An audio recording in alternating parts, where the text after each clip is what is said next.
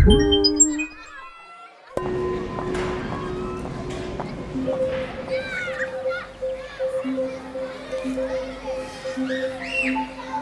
les années 30, naît une très belle idée qui devient une loi.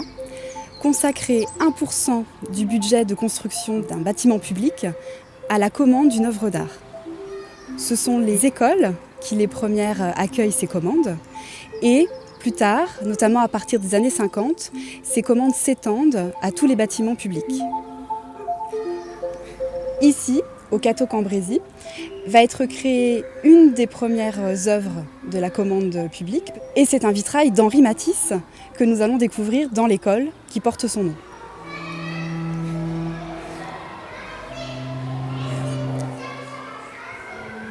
Ce vitrail donné par Matisse aux enfants du Cateau est une des œuvres les plus importantes de Matisse. Elle est la seule œuvre monumentale dans un lieu public. Il faut savoir que Matisse, en 1947, fin 1947, commence une chapelle, avance pour les dominicaines, et là, il va concevoir un vitrail. Quand il va faire la maquette, il va découvrir que ce vitrail est beaucoup trop éclatant. Il va dire que ça fait un pétard du diable. Et donc, il ne peut pas l'utiliser pour mettre dans une chapelle qui est un lieu de méditation.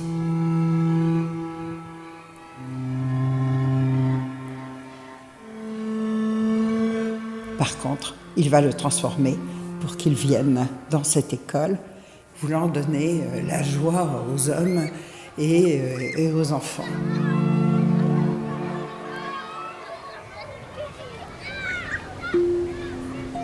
En 1965 à Royan, Olivier Debré peint 2 toiles monumentales, l'une représentant le port de Royan et l'autre un paysage maritime. Donc 2 œuvres qui sont réalisées pour le lycée Cordouan. Et elles y sont encore aujourd'hui.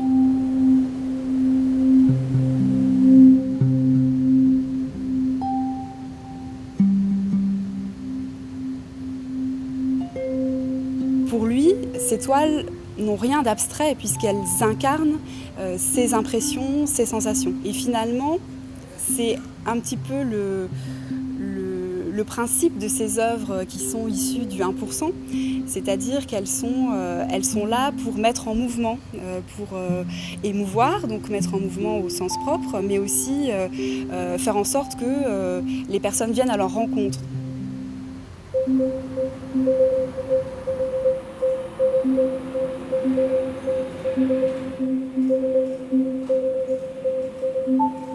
L'émulsion, c'est quelque chose d'assez magique puisqu'en fait, on part de 2 ingrédients complètement différents et puis avec le fouet, on arrive à le transformer dans une autre matière. Donc c'est quelque chose d'assez symbolique et c'est aussi ce que représente l'école.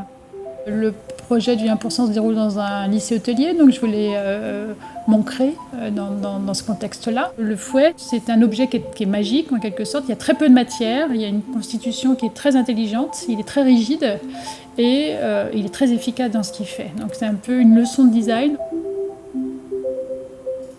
L'architecture du lieu, elle est facettée, elle est blanche, elle était assez froide en fait, et donc il m'apparaissait intéressant justement d'essayer de faire pousser du végétal à l'intérieur. C'est aussi de l'artificiel, mais en même temps c'est l'idée de ramener une petite touche de naturel. Il y a le grand arbre qui va accueillir dans le lobby et puis après une déclinaison d'autres plantes. Alors une plante rampante qui va se développer dans le couloir, une plante qui va plutôt au contraire tomber sous forme de suspension, mais tout le temps fait avec les mêmes ingrédients. Donc c'est développer plus un langage, un système, parce que c'est beaucoup ce que j'aime faire, plutôt qu'une seule réponse. L'école est pour moi un accélérateur. Donc en fait cette touche végétale, c'était un peu cette idée de signifier l'énergie qu'on doit donner pour évoluer, pour apprendre. C'est encore assez symbolique.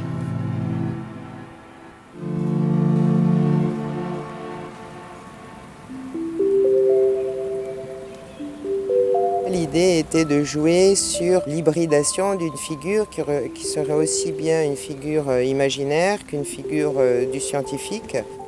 Cette figure du cerf renvoie aussi bien aux figures animales représentées dans les icônes religieuses, mais aussi plus proche de nous dans les dessins animés. Et l'idée de travailler avec cet anneau de Möbius, cette ligne indéterminée, est aussi un moyen de questionner le devenir en même temps que le passé et l'histoire. C'est ici une manière douce et je dirais sentimentale de traiter d'une figure qui semble peut-être un peu dure, un peu autoritaire, au travers d'un doute qui est celui de chacun et qui, en particulier dans l'espace d'un collège, renvoie aussi à tous les questionnements, je dirais, à la fois naïfs et savants qui s'y posent.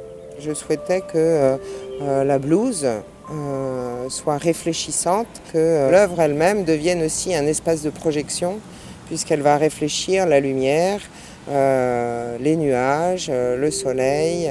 C'est une figure qui questionne notre être au monde.